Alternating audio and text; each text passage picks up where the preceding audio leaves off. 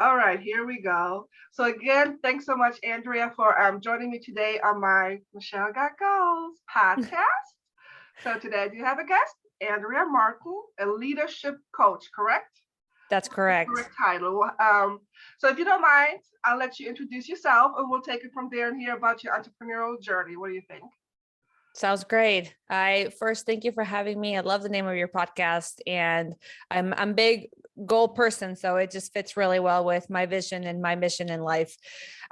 So my name is Andrea Martin. I am an executive and leadership coach. I work with high performers really from all industries. I don't have a specific industry that I focus on. A lot of male dominated fields is usually where most of my female clients come from. And that is a reflection also of my own background. I came from a background of engineering and business. So I led operations in the energy sector for over 12 years, getting to senior leadership roles. And what I realized during that time was I enjoyed coaching. I found a lot of passion for helping people see a bigger vision for themselves. And I started pairing that up. And my first business started as a side hustle, something I did for fun, something that I did in the weekends, in the mornings when my kids, before my kids woke up, after my kids went to bed. And after a couple of years of doing that, I transitioned full time into consulting. And last July, almost to the date, is when I put in my 2 weeks notice for my corporate job. And I decided to go all into entrepreneurship. And because of the time that I had spent building my side business, that allowed me the opportunity to also invest in a second business. And I'm in the process of opening up a wellness center. So I have an online business and a brick and mortar that is opening up here in July as well. So it's a cool month for me. I'm celebrating my 1 year of being a full-time entrepreneur, but also at the same time of opening the doors to a second business it was a vision that I've had for a long time. Oh, that's pretty cool. So yes, it's a really great month. I mean, congrats on the first year of being, self-employed. Yes. That's pretty cool. And obviously you're doing it well enough that you can keep making goals and open a totally new business that has not much to do with your original business, right? It's That just another yeah. vision that you're following. That's correct. And I call them the roots are very similar. So in my consulting business, I focus on let's aim higher, let's aim for bigger things. It's the sky's the limit, but it really comes down to how do we remove roadblocks. And then my second business is, hey, let's make sure your body's functioning as optimal as it could so you can reach those bigger goals and there's nothing else getting in the way. So I'm excited to bring what I do in my consulting business to my wellness center and connect the dots for a lot of busy people. Busy people do need a good wellness center. Yes. So what type of services will you have at the wellness center? We do everything that helps you feel your best. So regulating your hormones, which I'm really passionate about, especially for women. It's not as common for us to really talk about it, but after 30, our hormones change a lot. Yeah. So hormone optimization, your aesthetic side, as well as IV therapy and all the fun stuff to hydrofacials and your injectables and all the stuff that plumps and smoothens and contours. You're all about optimization, I see. Yes. In body, mind, career. Okay, I love it. Absolutely. So when you put in your notice last year, did you have, like they always say, to have 6 to 12 months saved up to, where you're all set and cushy and you were just ready to go? When I work in an energy business, it's a commodity, and it when it's good, it's really good. And when it's bad, it could be really bad. So I knew that if I wanted to be the leader that I wanted to be in my corporate job, I couldn't have this fear kind of hovering over my head of, well, what if you lose your job? What if you lose your job? What if you lose your job? And as being the breadwinner of my family and having two very young kids, I thought, you know what? I need to build something that is going to cover the roof over our heads and that it doesn't depend on this job. And that was my original goal, was, can I make enough to cover my mortgage and my bills? And I got laser focused on that goal. What was interesting though is once I reached that goal, I go, well, what more could it be for this? What more could I build? And when I decided to put in my 2 weeks notice, in fact, if you had actually talked to me even 4 months before that, I was very committed to working for my boss and our CEO, who was a skip level for me. So I was really happy with what I was doing. So I had to focus on building this, and I figured I'll just keep building it, but I'm not gonna quit. Well, as months went by, I realized my business has grown to a point that I'm leaving money on the table. I'm turning people away, and it comes with benefits that my current job doesn't, which is flexibility, being able to manage my schedule, being able to be home with my kids in the morning and the evenings more. So when I made the decision, it wasn't necessarily that I had saved up 6 months, but one, I had made sure my business was in a very steady growth pace, and that I had created a business plan that allowed for reoccurring revenue that was set for at least 6 months. So most of my contracts are at least 6 months that people sign on to work with me, Okay. which that provided a lot of stability, knowing that, okay, I'm not craving new clients every single month to where there's that scarcity feeling, because I have been there, and anytime there's scarcity, I don't show up as my best, and I'm not the best coach. I don't do the best at sales. I have this sense of like, I have to close this sale, because if not, like what are we going to do next month for revenue? Once I reshaped my strategy, that really subsided that, and I saw the vision for really growing it. So I put in my 2 weeks notice, knowing that my clients were signed on for at least 6 months with me. All right. So, like you said before we started recording, I mean, I love it because you are a goal setter and you reach them and you're very clear, and you seem to be really also just following your heart a little bit, because it doesn't sound like you were unhappy at your job, but your side business just grew so much. Like you said, you left money on the table that you decided which one is the better fit for me, because now I really got options. Absolutely. And I loved my team. So I had a team that reported to me, that worked with me remotely, and somewhere in different cities. And it was a really emotional day when I told them that I was leaving. So I left on a really high note. And that's something too that someone asked me recently on a message on LinkedIn is, I feel guilty that there's this better opportunity for me because things are not bad here. And I'm like, what a beautiful gift that you can leave something that's good for something better, not something bad for something good. So Right. don't feel like that's a bad thing. It's a beautiful thing that you have these opportunities. And I think it probably speaks a little bit to us being typical women, always feeling like, well, why am I leaving? Everything is good here. There's loyalty to the employer. They're treating me really good. Why do I even want to leave? What will people say? What will they think of me? What will, Right. and I had kept my business so hush hush for so long that when I left internally to my company, it was like, wait a second, like that little thing that you post online sometimes, like, they really didn't know the extent to where I had built my business to. And I kept it that way. And I recommend that to people, because if not, employers get a little sensitive about, anything that is a side business. I'm like, there's plenty of clients in the world. You don't need to be in, keep that bubble separate and then surprise people later on. I love that you say that, because I'm similar with my business. I try to keep it really separate and don't really talk much about it. So I like to hear that you say there's enough clients out there. You don't have to be out there all loud about your business. Just find your way to finding your ideal client, but it doesn't have to be all over social media, or, you don't have to tell everybody who doesn't need to know. Absolutely. Yes. And I can tell you, like, I could have grown even faster had I been using LinkedIn, but my network was my company, right? Like so LinkedIn was not, I barely touched it. I put some stuff every once in a while that could feel like very neutral. And I grew my business through Instagram. And really since last year, I've leveraged LinkedIn. But that's something that is cool, because a lot of people feel like, well, if I'm not leveraging every platform, can I really grow?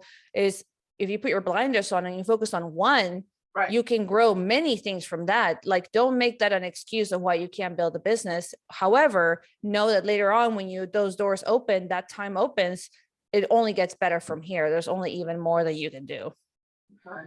So how long were you side hustling before? Like, how long did you build your coaching business while working full time? and having 2 kids. I mean, that must have been a heck of a time. Yes, I decided that this was something I wanted to do when my son, who is turning 4 this month, I was during maternity leave. So Okay. really almost, I guess July is just the month that I make a lot of life-changing decisions. So July 4 years ago, I was really thinking, you have another child coming. What if something were to happen? Are you secure? And are you going to be able to take care of them? Are you going to be able to handle everything that's coming your way? So that's when I started really brainstorming on, well, what are my skill sets? What are my strengths? And how can I leverage those to build something that, like I said, like I wasn't thinking, a 6-figure business plus. I was thinking, can I pay my bills and my mortgage with this business? And can it be sustained? So it was about 6 months of trial and error of what exactly I wanted to do. But I officially launched my first group coaching program in April of 2020. So I had some clients here and there, but I decided to go get extremely serious April 2020. And a lot of people thought that was actually really crazy because a lot of people were losing their jobs. Why would they want to invest? But I had a great launch during that month. And a lot of those clients stayed on with me for 2 years until I decided to change that program, and really until I closed that door because I was going to rebrand it. All right. So it's been 2 years of solid, I would say solid focus work where it wasn't a hobby. It was like, I'm going to build something from this. All right. Makes sense. But so looking at, I read up on you a little bit. So you are a chemical engineer, or you come from the chemical engineering field, and Yes. and a degree in business. But and I saw you were even on an oil rig. You used to work, Yes. that's crazy. Yeah. So how did you even go from all that to, because you were in a male dominated field, how did you even get to the position that you could reach out to other women, or how did that even happen in your field? I was always my clients probably get tired of hearing about this, but I was always very intentional with what I did and why I did it. And I knew when I started my career, my goal was, I want to become a CEO of a major corporation. And had my eyes set on that. So it was like, how do I get a yearly promotion? How do I show up and become the top, 1% of every company that I work for? And that mindset was very consistent for the 12 years. And in fact, when I told my team that I was actually putting my 2 weeks notice, all of them thought I had gathered them together because I was getting promoted. That's what they thought, was like, Okay. oh, we just figured you were getting promoted and that you weren't going to be our, that's what they thought. So it was a huge shock that I had scaled in my career so fast that I would leave that. But what I realized through it was there was a method to how I approached, strategy, how I approached aggressive goal setting, how I approached ambitious, like being unapologetically ambitious, that I started talking about that. And that resonated with a lot of women that wanted to aim even bigger in their careers. And so most of my clients are senior leaders that are aiming to really break through that next step. And it just fit really well with who I am, my philosophy, and also the ability to say, let's stop playing small. So a lot of people my clients are attracted to that tough love. I'm very real. Like, this is me. I'm not like, I don't fluff things up. Most likely you'll never meditate with me in a coaching session, but I bring a different perspective. So I've tried it. I was like, I want to be that coach that sits there and but I can't, it's not me. Which I have one that does it with me. So I really love it, but it's, you kind of have to know who you are and what is that person that you want to attract. So once all those things kind of came together, leaving my job was so easy in the sense of, this is the clear next step. Like, you're meant to own your own businesses, and all the work that you've been putting in for the last 12 years for other people, what if you were to do that for yourself? What could happen? And the answer of like what could happen was so much bigger than any fear of leaving my job. I mean, Andrea, I wish I had met you years ago, because I don't have these type of women in my life that are, like I said, just ambitious. I mean, now I do, but it would have, I don't know. I think you're so laser focused. It must be a gift It's a unless you, gift and a curse. It's a right, gift and- unless your parents taught you that, but that's pretty awesome. And yeah, I it's pretty appreciate cool. that.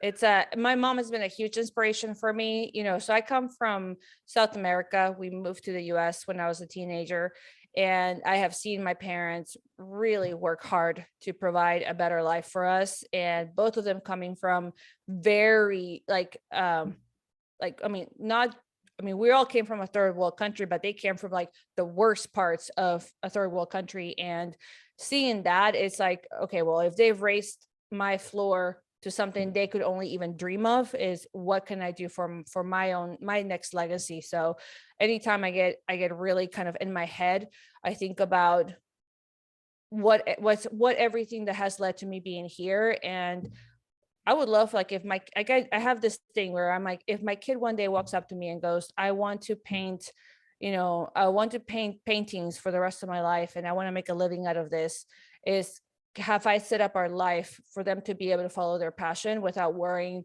of what kind of paycheck will have to come with it. So Mhm. anytime I get really like stressed, or I feel like I can I handle this, I think about that. And yeah, that's a huge motivation. I could just imagine. It's funny. One of my motivations why I'm so ambitious now, or just in general, I'm half German.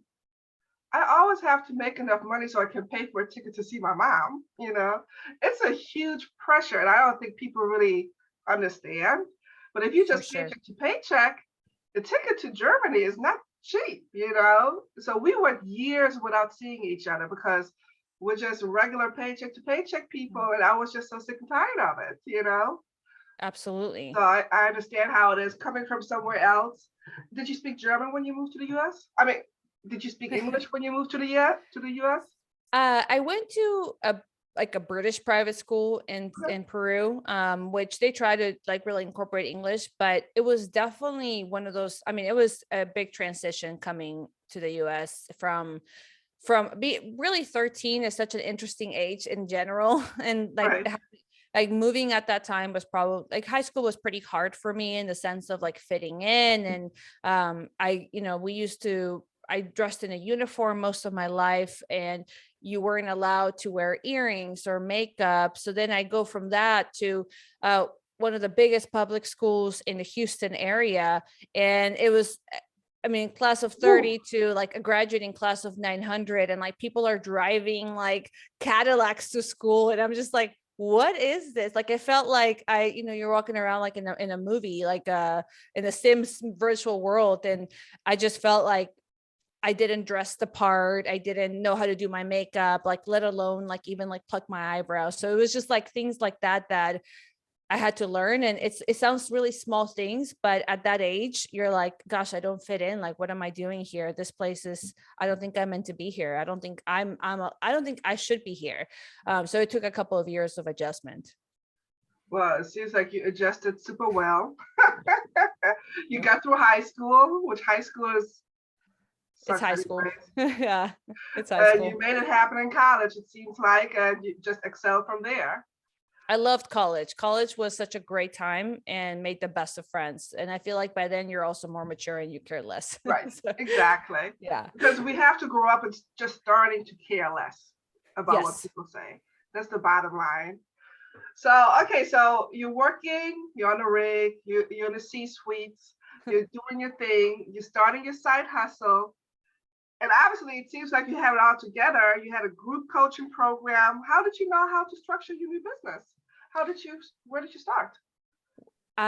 So my schedule for my corporate job was very demanding. I started work at 7, and I usually didn't leave the office till about 6:30. 6 And if you it had a was a little good kid at day. home? And a little kid at home. So and it was a 24/7 job because I manage operations in other parts of the country. So I could be on my team could be calling me from the other side of the world on the weekend, and I would have to, answer it. So one of the things that I realized was, okay, I can't do regular coaching calls because I literally don't have the time to do that unless I wanted to fill up my whole Saturday, which I did that for like a month. And then I go, I cannot do this again because it was too much. I could see my kids playing, or like I could see, I could hear that my husband needed something with the kids, and it was too much. It was happening too much. So I realized, okay, I need to create a structure that allows me to coach multiple people without it just overwhelming me. And I really didn't understand group coaching. I mean, when you first start a business, you start following a lot of people, I think, online, and you go, well, I don't know any better, but if that person's doing it that way, that's probably the way I should do it. Cause again, I don't know any better. And I kind of had to find a way of like, okay, how does this work for me? So I picked Sundays, and I picked 2 Sundays a month where I would just grab 20, 30 women and coach them at one time. We would do a roundtable style, and I just decided to go for it. So, I mean, I think I look back, and I think the first membership I sold was like $49 a month. And, then I was like, I want to add more to it, and I want to figure it out. So the price started changing over time. But what actually worked out is that my founding members were like, I don't ever want to leave, because I know how much I get versus, what I originally started with. And I know how much people are paying now. So there was this nice kind of cushion of people that were like, unless you close down this program, I'm not leaving. So most of them stayed on with me for, 2 years until I rebranded it. And it worked out. So it was 2 Sundays a month that we did our coaching sessions. And that gave me time to spend Saturdays with my family, and then focus on my business on Sunday before going back to work, the following week. Andrea's like, I just need one day. I just need one day a week for myself. I'm good. Yeah. And even then, it's not for yourself, right? It's for your family. But I know. Yeah. Laundry has to be done, Yeah. There's still things that need to happen. Yes. Right. So yeah. I started there, and like now my business looks different, and I'll be transparent. Like I realized that in order for me to take everything to the next level and build this second business that I'm building, it was time to elevate the way I was approaching my programs. And I leveled up completely. I leveled up in the way that I structure my packages. I leveled up in the way that I onboard people into my program. Like I'm onboarding someone later today, and her process, what she sees, is 10 times better than any of my first clients ever saw.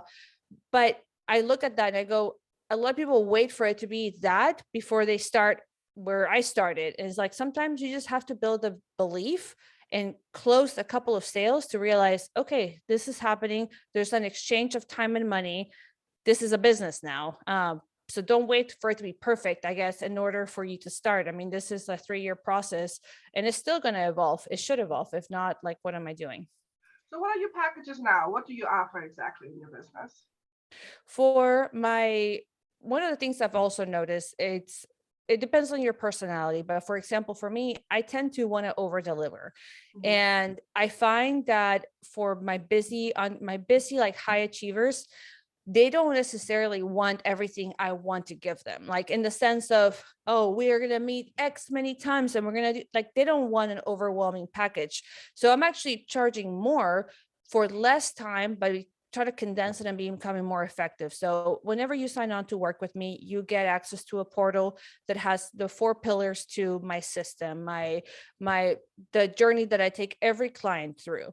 So you have access to that. It drips the content through the 6 months as fast as you work it. So one of the things I always say is, I'm not going to be your bottleneck. So if you want to do more than what I offer, for most people in 6 months, that's up to you. It just depends how fast you want to work. And we meet twice a month at the choice of the client. And we have access to me through WhatsApp. So WhatsApp has been probably my favorite feature because especially in the corporate world, things happen between coaching sessions that we need to address. Mm-hmm. Or we're about to have a conversation with your boss and pitch a promotion. Okay, well, what happened right after? So then we can take action right then and there. And that's actually probably the favorite feature for most of my clients. So you get WhatsApp access, you have 2 coaching sessions would be a month. You sign on to work with me for 6 months, and you have the portal access with all my tools, all my worksheets in a structure order. And you only have that one package really right now? Yes, right now I have that, and then I have a version of this that is group style, but I'm being very strategic with who I place in that, because it needs to be someone most likely that's already graduated with me for 6 months, Mm-hmm. and then moving into that, because I realize at times that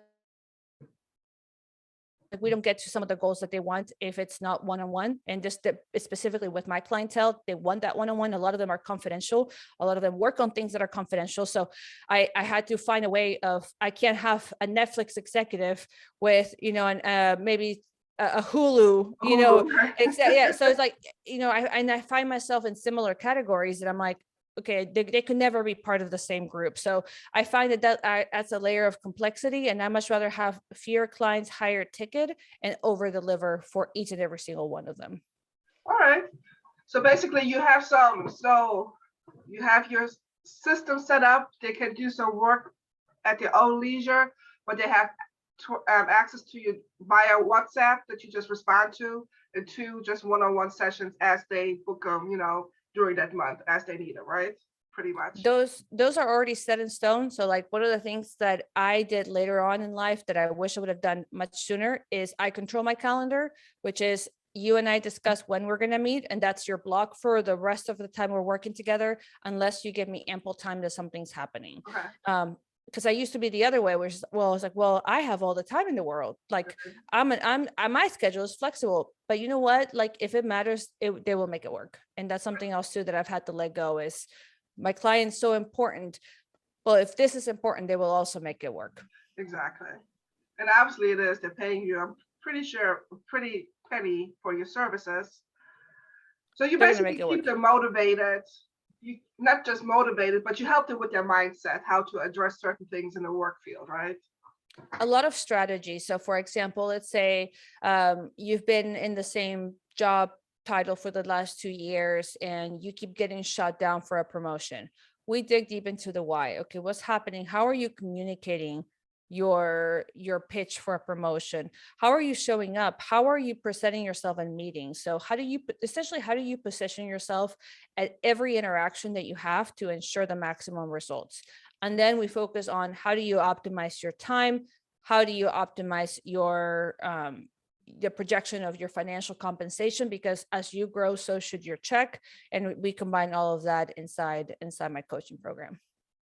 So you say there should be more than just 2.5% every year? Well, I can tell you, I have averaged out at least 55,000 increase per year for most of my clients. Wow. So if it's not internally, we'll find a position externally during the 6 months, and we'll pitch it, and we'll negotiate to the maximum that we can. The most I've done is 120. Oh, wow. Which it's life-changing for a family. Absolutely. That's a whole family salary in some situations. Yes, that's what one of the husbands said, is like, wow, it's like we have a third spouse that's working in the house now. That's nice. That's pretty cool. Yeah. So you see, you clearly have a clear, picture of what you want your business to look like now. Did you have any help while you built it? Did you have your own coach that kind of guided you a little bit? How did you get to where you are today in, setting up the business? I'm a huge believer of having a coach. And through this process, I've hired some not so great coaches, but then I've hired some amazing coaches. And what I found out was the difference is not getting so sucked into the flashiness of a coach, and just more of what have been their results, what do they stand for. And once I really started digging a little bit more, I have had 3 coaches in my career that I would say have been the most impactful. The first one I hired on before I even had a business, and she was an executive coach for me. So that was the first one. And a lot of people actually were surprised. And I did talk about this with my peers, because at that time I was, mid 20s to late 20s, being like, you're hiring an executive coach. I'm like, well, I mean, if you want to go to the Olympics, like, you would hire a coach that is taking people to the Olympics, even if you're not in the qualifiers yet. Right. So why would I wait to later to get someone in my corner? So that was always the mindset I had. And so I got that coach. She was amazing. She helped me aim higher. She's like a peak performance coach in the UK. And then later on, I hired a business coach who had done what I wanted to do. And then later on, I'm working now with a coach who's doing what I want to do. So I always think, okay, who is going to help me raise the bar. And right now I'm working with a coach who focuses on, getting people to 7 figures. And that's where I want to go. And I needed someone that had already done it in the way that I wanted to run my business, which is not an hourly trade-off. I don't want to create another corporate job. Mm-hmm. Wow, again, in your mid-20s, you already got your first executive coach. Again, that mindset that you had is just mind-boggling to me. I mean, you were so driven from very young on, and it just sets you up for success. It's pretty cool. I appreciate that. That's actually something I told my husband on our first date. I was like, listen, I have big goals. Either you join the club or you get out of my way. He's like, okay, can we like enjoy our pizza first? And I'm like, I just need to know before we enjoy our pizza that you're in it. You were a go-getter here. Yeah. Pretty cool. So you surround yourself with people that can get you there to where you want to go, which makes total sense. For sure. I'm a big proponent of your inner circle. I also think, if you're always the one that people talk to you and say, oh my gosh, like, I wish I could be doing what you're doing. That's great that you have someone like just kind of saying, like, lifting you up. But the question is, who are you are you looking around people and going, I want to do what they're doing? And that's why I think coaching is such a powerful thing, because even if you're not in a place where your inner circle is there, you can essentially hire what I call your board of directors and have someone that's going to help you elevate your mindset and think bigger. And there's some people you have to love from afar if you want to grow. Doesn't mean that you cut them from your life completely if you don't want to, but be mindful of who is draining your energy, because it's taking away from maybe using that energy with someone that could be actually even giving you more. Right. No, yeah, that's true. That's pretty awesome. So any tips for us that are still in the trenches and still side hustling? Like, if you would do it all over again, what would you have done differently? Starting your coaching business. If there was something I would do differently, is I think there's a lot of, I'm going to be careful how I phrase it, but like fluffiness out there of people making claims that they make a certain amount of money and they go 0 to, $1 million in 0, in 1 month. And it's like, what they don't show is how many months did it take to get to that point? And yeah, you might have been at 0 for a very long time. You switched something and then the revenue came, but the seeds have been planted for many things. And don't be afraid to think, what if your 0 months or your less than ideal months are for 2 years before you get to the big one? Would that still be what you want? And just be comfortable with the fact that, let's give yourself a timeline. I mean, I had told myself, it's like, I'm going to do this until I get to this goal, and it wasn't like, if I don't get here tomorrow or in 6 months, I know that I'm further along. And every time I have felt that I was going to give up or quit or think it's not worth it, something happened and a sign told me keep going. Whether the day that I was down, a client would message me and tell me you changed my life, or it's one of my clients got the job that day. There's always signs. So look for those signs that, you're making the impact that you want to make, and put your blinders on until. And I know that sounds easy. It's not. It's hard actually to put your blinders on until you do it. Right. But the time will pass anyway, so you might as well be working towards something bigger. Right. Stay focused. No worry. Yeah. So, but now you're opening this brick and mortar. Do you have a coach for that as well, or you just like winging it and just figuring it out yourself? I did buy into a franchise, which is super beneficial because the founders are acting as coaches right now for me in this process. And that's something else too. I was attracted to the brand. I was attracted to the fact that they have the strategy and the procedures and kind of best practices put together.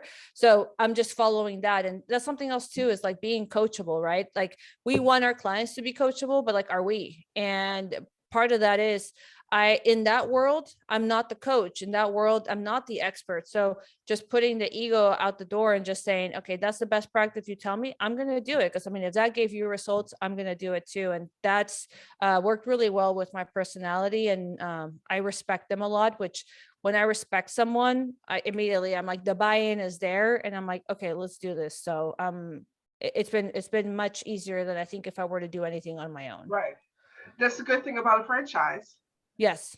Yes. And you learn a lot. I mean, like opening anything with, I'm partnering up with a physician for this. And anytime you have anything medicine related, I mean, it's, it's a whole other ballpark. And I've hired 2 incredible nurses that are just incredible talent. And I'm excited because I want to bring what I've learned through my corporate job, through coaching, into an arena that needs to take care of our medical practitioners a little bit better. So I'm excited to bring a different vibe and culture to what they've seen before. Mm-hmm.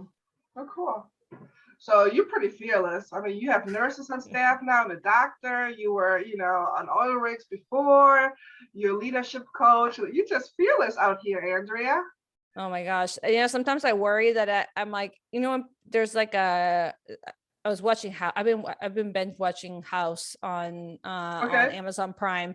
I go back to like older shows that if I need like an hour to unplug, I'll watch something I've already seen before. Mm-hmm. And there's an episode like she couldn't feel any pain, so she was like doing a lot of things that were unsafe. And I'm like, sometimes I'm like, gosh, like is that me? Like, do I have an issue with with that? It's like is that gonna come back? But I do feel fear. I just think I do it despite the fear. There's days that I mean, there's problems that I've solved in the last 6 months that I never thought in my life I would be solving. And when I actually told this to my mom, and I was saying, one of the things that's really interesting about being a full-time entrepreneur is that every problem is my problem to solve, right? Like and before it would be like, oh, that's an accounting problem. Now I'm like, oh, I'm the accounting department. Oh, that's an IT problem. Oh, we're on IT. So that is different. And you kind of have to like mentally prepare yourself for this. And part of that is, how are you supporting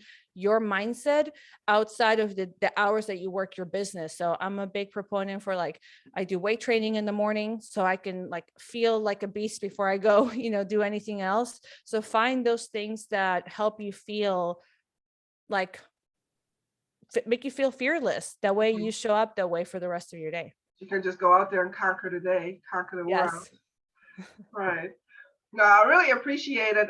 My last question was, do you have any staff for your coaching business, or do you do it all yourself?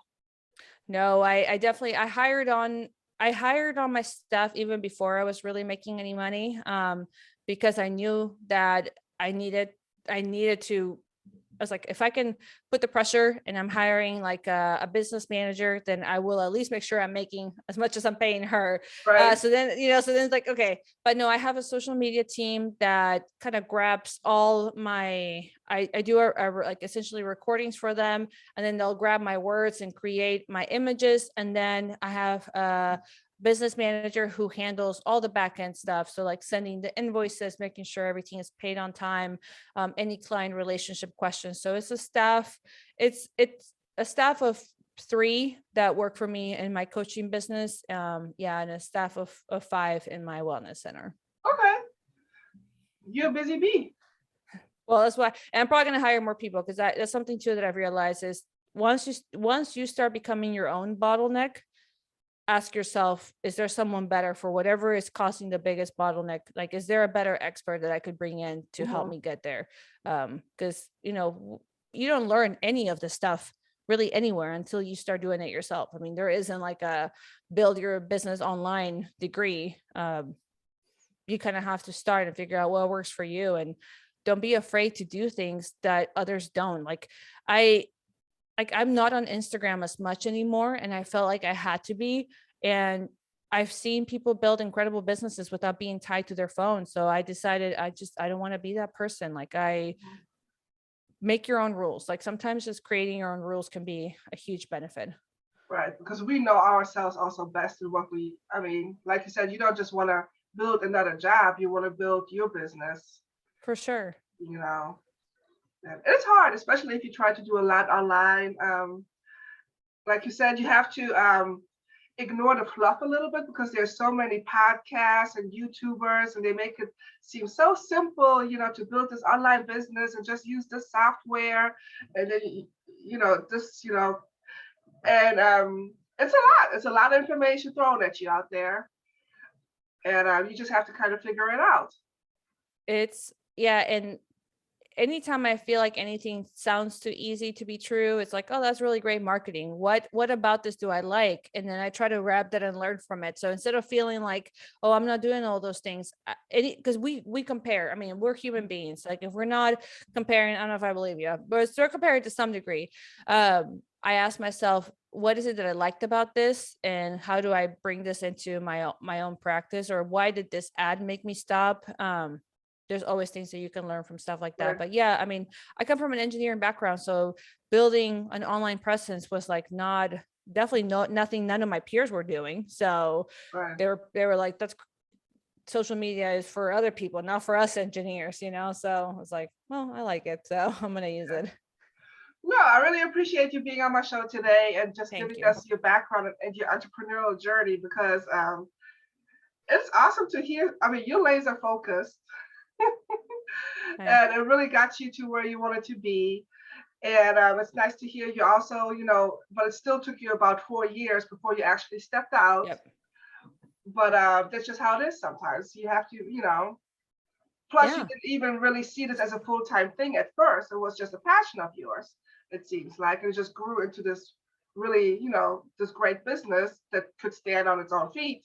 And you decided to grow it even more. So your story Absolutely. your story is just a really great story about setting goals, being focused, also sacrificing, because I can just imagine those Saturdays and Sundays that you had your coaching. I mean, that's one day that takes you away from your family, but you still did it Absolutely. because you had that goal and that foresight, and you knew what, you wanted to make sure, like you said, in this commodity business where things are up, they're up and you make a lot of money, but when they're down, you wanted to make sure you're always taken care of. The Yes. mortgage is always, you don't even have to worry about it. And to see what grew out of it, it's really inspiring. So I really thank you for sharing the story today.